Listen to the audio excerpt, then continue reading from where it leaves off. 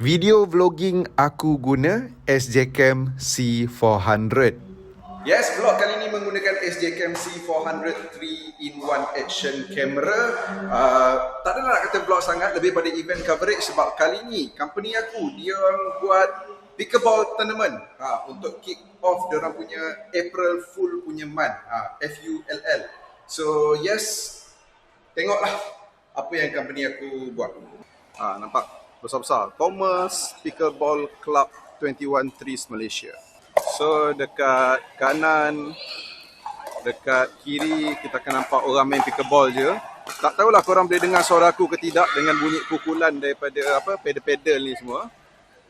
So korang boleh share lah dekat komen audio dia okey ke tidak. So event company aku dekat hujung sekali ni, dekat dalam shutter tu, dia macam private area. So tu dia Thomas Coliseum. So macam aku cakap tadi, ada 4 rumah sukan. Ni kumpulan ruby, kuning ni topaz. Macam aku cakap tadi lah, aku rumah biru. Yang hijau masih tak ramai lagi. So tak tahulah ada orang ada secret meeting kat luar ke apa. So jom kita pakai kasut. Aku guna kasut futsal je, tapi dah barai dah punya kasut futsal ni. So tapak dia. So kita kena cover dengan tape sekejap lah.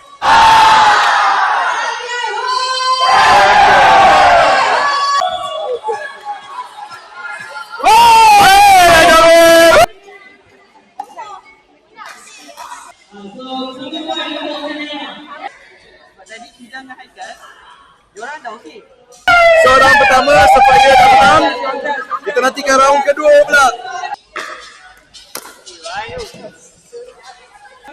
Okay, aku baru habis aku punya match mix double tadi. Aku tak menang, aku kalah 15-8 lebih kurang. Tak apa, lawan dengan tim yang dah biasa main, aku pula somehow tim aku cover balik untuk game ketiga round kedua. Hopefully korang boleh dengar lah semua ni. Nasib baik walaupun aku kalah, masih lagi tim kami top of the table. So guys, itu je lah vlog kita menggunakan SJCam C400 3-in-1 action camera. So stay tune, akan ada video lagi aku akan buat untuk tunjuk lebih lagi pasal SJCam C400. Sudah sibuk. Betul. Function.